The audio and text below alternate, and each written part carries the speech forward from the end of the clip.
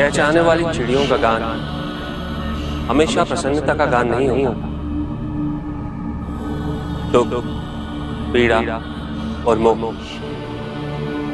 ये सब अलग नहीं, एक समान। तुम्हारा मोह ही तुम्हारा दुख और तुम्हारे मोह का त्याग तुम्हें पूर्ण रूप से सुखी कर सकता है।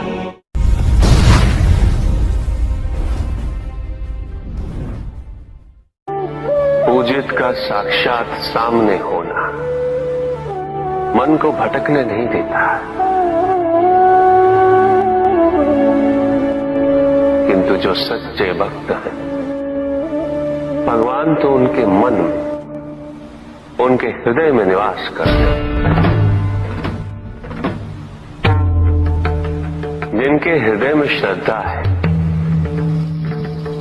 उनके लिए पूजा करने हेतु अपने आराध्य का साक्षात सामने होना अनिवार्य नहीं।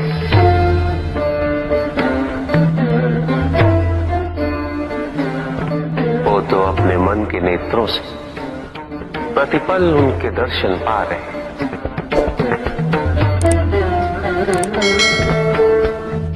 उनकी प्रत्येक अनुभूति में भगवान है।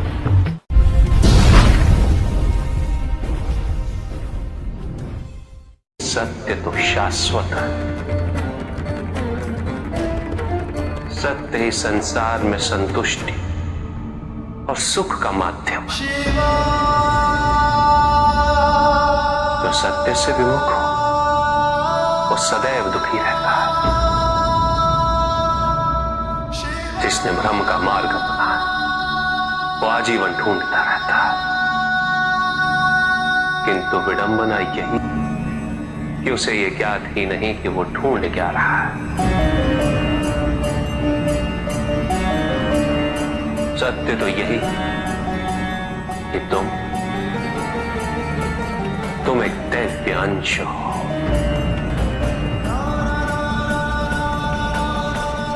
जन्मोपरांत तुम सबने अपने आप को केवल मनुष्य मान लिया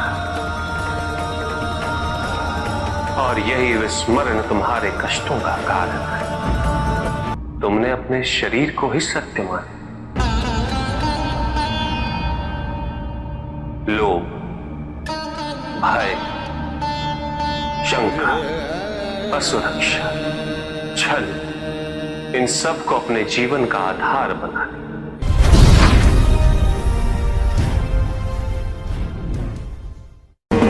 महाशिवरात्रि का व्रत विशेष फलों को प्रदान करने वाला है।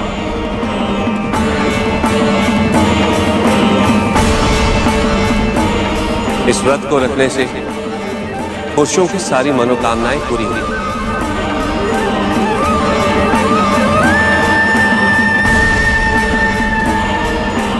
सुहागन स्त्रियों का सुहाग हमेशा बना रहे और तुम्हारी लड़कियों को मनचाहा वर मिलेंगे।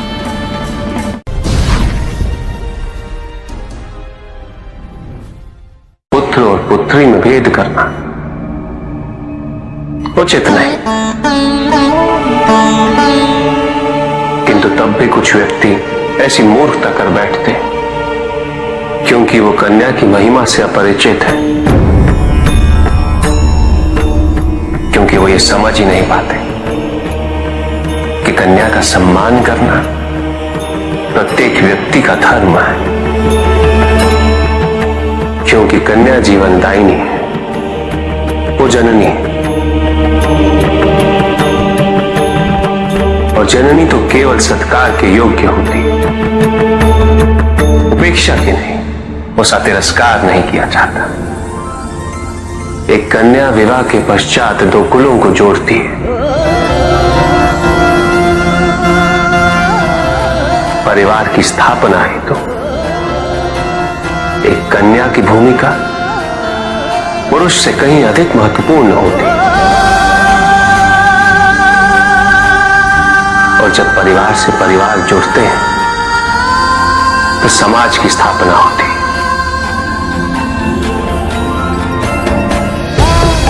पुत्री को परिवार में, समाज में वही स्थान मिलना चाहिए वही अधिकार प्राप्त होना चाहिए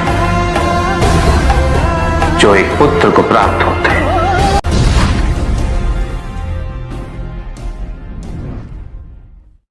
प्रेम क्या है? बताइए महादेव, कृपया बताएं कि प्रेम का रहस्य क्या है? क्या है इसका वास्तविक स्वरूप? क्या है इसका भविष्य? प्रेम क्या है ये तुम पूछ रही हो पार्वती? कि प्रेम का रहस्य क्या है? प्रेम का स्वरूप क्या है? तुमने ही प्रेम के अनेकों रूप उजागर किए हैं पार्वती। तुमसे ही प्रेम की विभिन्न अनुभूतियां हुई। तुम्हारे प्रश्न में ही तुम्हारा उत्तर नहीं था। क्या इन विभिन्न अनुभूतियों की अभिव्यक्ति संभव है?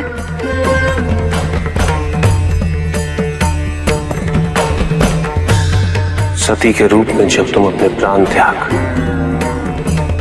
मुझसे दूर चली गई,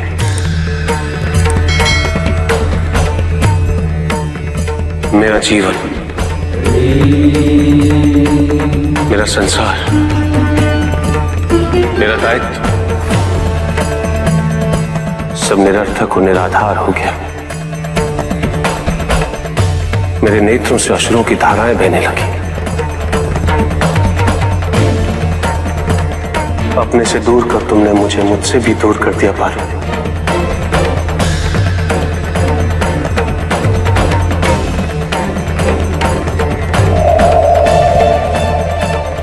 यही तो प्रेम है पार्वती। तुम्हारे अभाव में मेरे अधूरेपन की अति से इस सृष्टि का पूर्ण हो जाना, यही प्रेम है। तुम्हारे और मेरे पुनः मिलन करवाने हेतु इस समस्त ब्रह्मांड का हर संभव प्रयास करना, हर संभव षड्यंत्र रचना।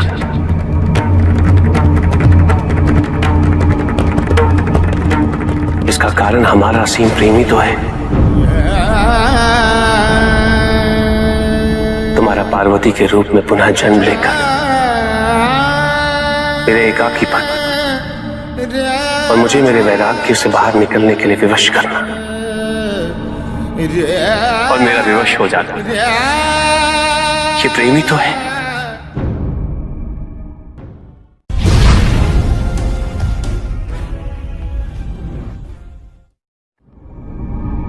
चंद्रमा उसी जल में प्रतिबिंबित होता है जो जल शांत स्थिर।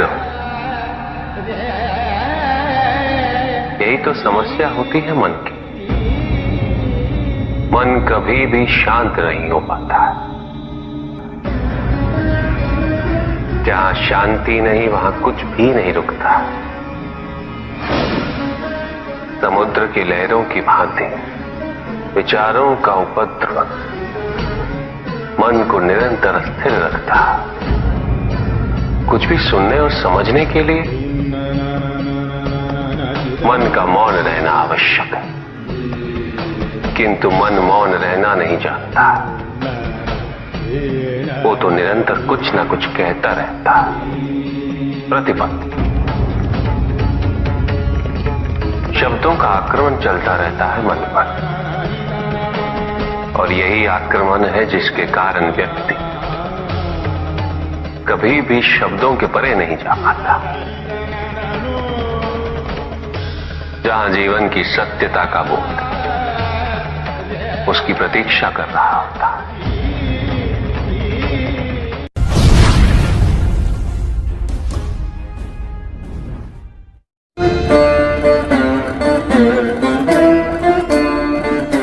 मैं वो हूं जो नहीं है,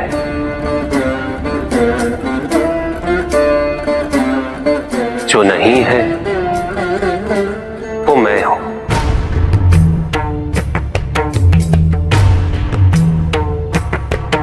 चिरकाल तक सभी को यह स्मरण रहे, जब आप में श्वास है तो मैं आप में हूं। देव देव महादेव शिवा, देव देव, और जिस क्षण आप में श्वास नहीं, देव देव तब आप मुझ पे। देव शिवा देव देव महादेव।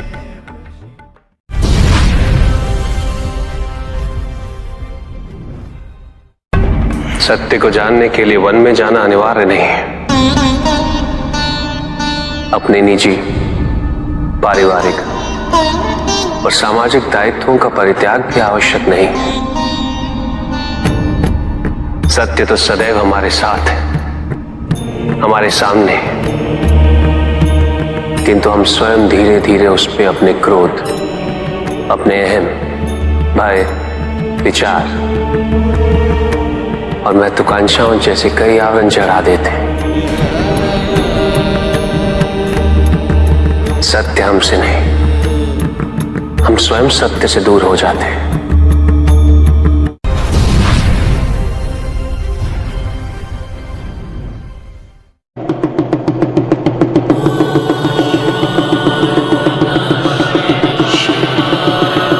जहां न अमृत, न विष,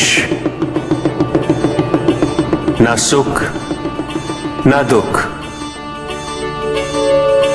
न स्वर्ग, न नरक, वही परम आनंद है। उसी परम आनंद तक की यात्रा है तुम्हारी।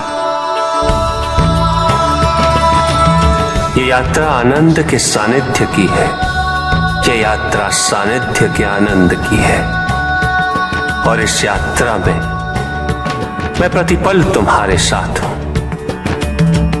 मुझे ढूंढो मत, केवल पहचानो, तुम ही मैं हूं, मैं ही तुम। हर आरंभ का मैं ही अंत हूं और हर अंत सदैव मेरा ही आरंभ होगा। देव देव